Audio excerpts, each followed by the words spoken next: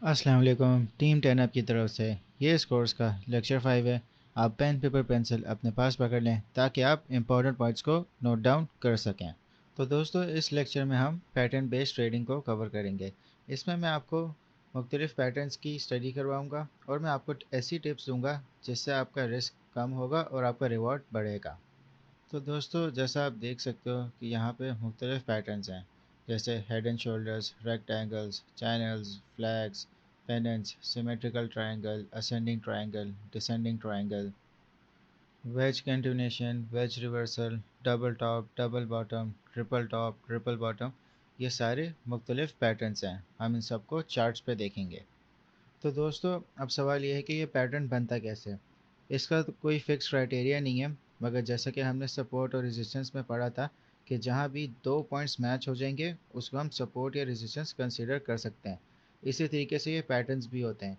Minimum at least इनके दो points match होने चाहिए, और जितने ज़्यादा उतना अच्छा आपके पैटर्न की एक्यूरेसी बन सकती है। अब ये डिपेंड करता है कि कौन सा पैटर्न है। हर पैटर्न के यूनिक फीचर्स होते हैं जो कि हम चार्ट्स पे देखते हैं। हम सीधा अभी चार्ट्स पे चलते हैं और पैटर्न्स को एक एक करके समझना शुरू करते हैं। दोस्तों, वॉल्यूम इंडिकेटर बहुत ज़्यादा इंपॉर्टेंट होता है अगर आप किसी भी पैटर्न को आइडेंटिफाई कर रहे हो। वॉल्यूम इंडिकेटर को टर्न ऑन करने का तरीका ये है कि आप इंडिकेटर्स के पैनल पे क्लिक करेंगे और सर्च में टाइप करें वॉल्यूम। तो आपके पास वॉल्यूम इंडिकेटर इस तरह ऑन हो जाएगा। तो दोस्तों, ये आपका वॉल्यूम इंडिकेटर है। बाय डिफ़ॉल्ट आपका ट्रेडिंग व्यू में ये आपको एक्टिव मिलेगा, और फ्री वर्जन में आप इसके साथ तीन और इंडिकेटर्स यूज़ कर सकते हो। तो आप जब भी कोई पैटर्न आइडेंटिफाई करो तो आप वॉल्यूम ज़रूर देखो। तो दोस्तों, आपने इन वॉल्यूम बार्स को कैसे रीड करना है। वॉल्यूम का मतलब होता है टोटल बाइंग और टोटल सेलिंग, कि कितनी ज़्यादा मार्केट में लोगों ने पार्टिसिपेशन की है बाइंग और सेलिंग में। जो वॉल्यूम का अच्छा टाइम फ्रेम आपने देखना है वो है 1 आवर, 4 आवर और डे। ये टाइम फ्रेम्स आपके बेस्ट हैं आपको वॉल्यूम बताने के लिए कि पार्टिसिपेशन किस तरह हो रही है लोगों की। तो दोस्तों, आपने इन बार्स में कंफ्यूज नहीं होना। ये जो बार्स हैं ये आपको टोटल बाइंग और सेलिंग बता रहे हैं। जैसा कि आप देख सकते हो कि ये वाली कैंडल है और इसमें जो इसका बार है वो कितना ज़्यादा बड़ा है, क्योंकि इसमें सेलिंग भी हुई है और बाइंग भी एक साथ हुई है। मगर आप अगर ये वाली आप प्राइस एक्शन देखो कि इसमें कितना एक अपवर्ड मूवमेंट आया है, मगर आप इसका वॉल्यूम देखो कि इसका वॉल्यूम इस प्रीवियस कैंडल से कितना कम था। तो इसका मतलब है कि यहाँ पे ज़्यादातर बाइंग हुई है, सेलिंग बहुत ही कम हुई है या ना होने के बराबर हुई है। तो आपने प्राइस एक्शन को जज करने के क्या वो एक्चुअली सही एक्सप्लेन कर रहे हैं अपने वॉल्यूम के हिसाब से, तो आपको इसकी मूवमेंट की एक्यूरेसी ज़्यादा अच्छी पता चल जाएगी। तो दोस्तों, जैसा आप देख सकते हो कि इस एग्जांपल में ये रेजिस्टेंस है, ये सपोर्ट है।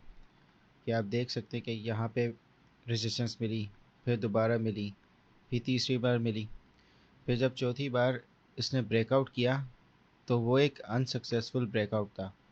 आप वॉल्यूम से देख के बता सकते हो कि आप देखोगे वॉल्यूम कितना कम है। तो दोस्तों, जब भी रेजिस्टेंस को ब्रेक अगर प्राइस एक्शन करेगा तो उसको हमेशा वॉल्यूम चाहिए होता है। अगर वो लो वॉल्यूम से ब्रेक कर रहा है तो इसका मतलब कि ये एक फेक आउट है। तो आप देख सकते हो कि किस तरह रिजेक्शन इसको मिली और ये वापस से डाउन ट्रेंड में चला गया। तो ये एक फेक ब्रेकआउट था। तो दोस्तों, आपको अपनी आंखों को ट्रेन करना है कि आप फ़ौरन किसी भी पैटर्न को देखकर समझ जाओ कि क्या पैटर्न बन रहा है। इम्पॉर्टेंट बात यह है कि सपोर्ट और रेजिस्टेंस ये बहुत ज़रूरी है ट्रेडिंग के लिए, क्योंकि इन्हीं के थ्रू आप पैटर्न्स को बनता हुआ देख सकते हो। दोस्तों, अब बात करते हैं पैटर्न्स की। हमारा सबसे पहला पैटर्न है ट्रायंगल पैटर्न्स। ट्रायंगल, जिसको नहीं पता, एक थ्री साइडेड फिगर होता है। ट्रायंगल पैटर्न्स आपको सबसे ज़्यादा कॉमन मिलेंगे मार्केट में, तभी इनसे पहले हम स्टार्ट कर रहे हैं। ट्रायंगल पैटर्न आपको इस तरह नहीं नज़र आएगा, आपको इस तरह नज़र आएगा।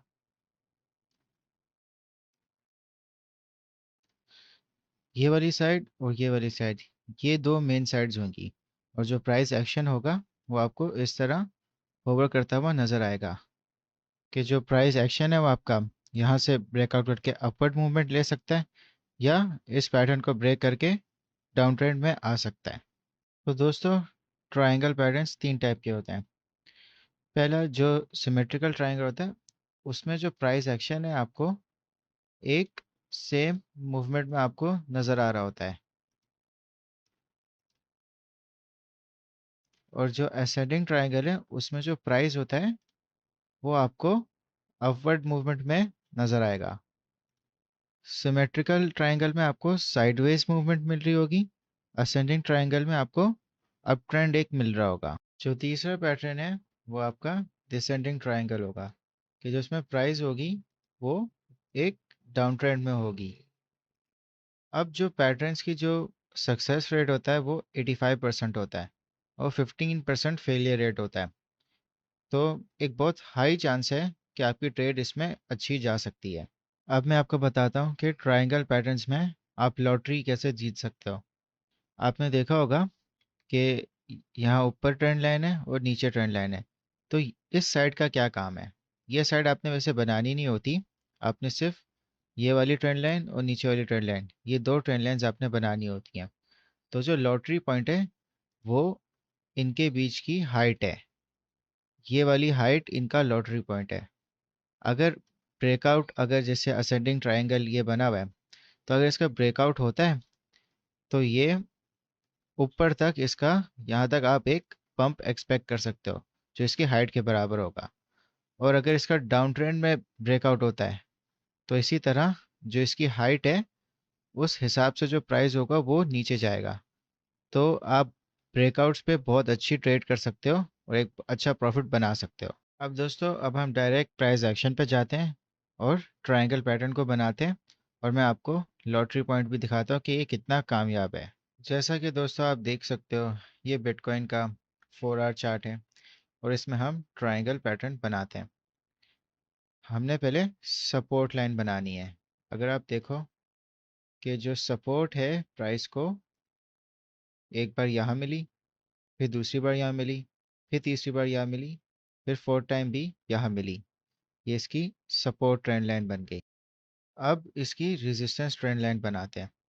जो रेजिस्टेंस है वो इसको यहाँ मिल रही है और फिर दोबारा यहाँ मिल रही है, तो हम एक ट्रेंड लाइन बनाते हैं जो इनकी विक्स को टच कर रही है। तो अपनी ट्रेंड लाइन को कंफर्म करने के लिए सपोर्ट और रेजिस्टेंस लाइंस भी बना लो। तो हमने यहाँ पे रेजिस्टेंस लाइन बनाई है, तो ये हमारी रेजिस्टेंस लाइन बन गई जो हम हॉरिजॉन्टल लाइन के थ्रू बनाते थे। तो आप देखोगे यहाँ पे प्राइस अपवर्ड पुश हुआ एक बार, फिर दूसरी बार, फिर यहाँ तीसरी बार, तो ये इसकी एक रेजिस्टेंस लाइन इस तरह बन गई। तो जो आपकी ट्रेंड लाइन भी बनी है वो बिल्कुल ठीक बनी है रेजिस्टेंस लाइन के हिसाब से। इसी तरह आप इसकी सपोर्ट लाइन भी कंफर्म कर लो, तो इसको ज़्यादातर सपोर्ट यहाँ मिली है। अब दोस्तों, जैसा कि मैंने आपको बताया था लॉटरी पॉइंट, तो हम अपना लॉटरी पॉइंट भी कंफर्म कर लेते हैं। यह आपकी हाइट होगी, और अगर आप चार्ट्स में देखें तो जहाँ इसका ब्रेकआउट हुआ है यहाँ से, वहीं एग्जैक्टली इसकी इतनी प्राइस मूवमेंट हुई है। तो आपको एक बहुत अच्छा प्रॉफिट ब्रेकआउट्स पे बन सकता है। ज़रूरी नहीं है कि आपने पूरा लॉटरी पॉइंट अवेल करना है। आप अपनी रिस्क मैनेजमेंट के हिसाब से, अगर आपको 50% भी आपको सही लग रहा है तो आप वहाँ पे भी एग्जिट कर लो। मगर एक ज़्यादातर एक रूल है ट्रायंगल पैटर्न्स का, कि जो उनकी हाइट होती है वो उतना ही उनका ब्रेकआउट होता है। तो दोस्तों, जैसा कि डाउन ट्रेंड चल रहा था, यहाँ पे आपको एक साइडवेज मूवमेंट मिल रही है ट्रायंगल में। मगर आप जब भी ट्रायंगल बनाओ तो एक प्रीवियस ट्रेंड भी देख लो, और आप वॉल्यूम का इंडिकेटर भी लाजमी आप इस्तेमाल करो, ताकि आप देख सको कि प्राइस एक्शन में क्या एक्चुअल मूवमेंट हो रही है। अब जैसा कि आप वॉल्यूम को देखते हुए जो प्राइस एक्शन देख रहे हो, यहाँ पे इसकी एक पॉसिबल ब्रेकआउट का था, मगर आप वॉल्यूम तो देखो कि इसकी एक वॉल्यूम नहीं थी, तो ये फिर से वापस रिजेक्ट हो गया। फिर इसने दोबारा जब यहाँ पे ब्रेकआउट करने की कोशिश की, यहाँ पे भी इसको कुछ खास वॉल्यूम नहीं मिला, तो ये एक तरह से एक फेक आउट था।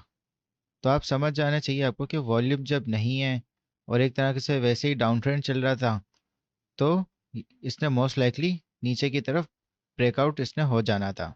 तो आप अपना जो शॉर्ट की पोजीशन है आप यहाँ खोल सकते थे। तो आपने प्राइस एक्शन, वॉल्यूम और प्रीवियस ट्रेंड, इन सबको देखते हुए अपनी आपने ट्रेड करनी है। अब दोस्तों एक और पैटर्न देख लेते हैं, तो ताकि आपको और बेहतर समझ आ जाए। तो दोस्तों ये USD JPY का चार्ट है। आप देख सकते हैं कि यहाँ पे एक असेंडिंग ट्रायंगल बन रहा है। अब ज़रूरी नहीं है कि आपने जो इसकी जो अपर ट्रेंड लाइन है उसको आपने नीचे वाली ट्रेंड लाइन की तरह इस तरह बनाना है। आप उसको हॉरिजॉन्टल लाइन बना सकते हैं जो रेजिस्टेंस लाइन होती है। तो आप देख सकते हैं कि यहाँ पे एक जो प्राइस एक्शन है उसने एक अपवर्ड मूवमेंट लिया है, और जो इसका ब्रेकआउट था वो आप देख सकते हैं कि एग्जैक्टली इसकी हाइट के बराबर था। ज़रूरी नहीं है कि इसकी हाइट के बराबर ही होगा हमेशा, मगर ज़्यादा चांसेस होते हैं कि जो ट्रायंगल हाइट है उस हिसाब से ही ब्रेकआउट होए। देख सकते हैं कि कितनी बार ट्रायंगल ने से प्राइस ब्रेकआउट में आई, फिर रिजेक्शन मिली, फिर ब्रेकआउट में आई, फिर रिजेक्शन हुई और सपोर्ट उसने ले ली ट्रेंड लाइन की, फिर दोबारा इसने फिर फाइनली ब्रेकआउट कर लिया था यहाँ पे। दोस्तों आपको सबसे ज़्यादा इंपॉर्टेंट है कि आप प्राइस एक्शन की साइकोलॉजी समझे जो ट्रायंगल में हो रही है, और अपना जो स्टॉप लॉस है, टेक प्रॉफिट, वो सपोर्ट और रेजिस्टेंस लेवल्स के हिसाब से लगाएं। तो दोस्तों अभी के लिए हमने सारे ट्रायंगल पैटर्न्स को कवर कर लिया है। नेक्स्ट वीडियो में हम और पैटर्न्स को कवर करेंगे। मैं आपको अब टास्क दे रहा हूँ, आप फॉरेक्स, स्टॉक या क्रिप्टो, आपको जो सिंबल समझ आ रहा है उसमें आप 3 ट्रायंगल चार्ट्स बना लें और उनके ब्रेकआउट जोन्स भी आइडेंटिफाई कर लें।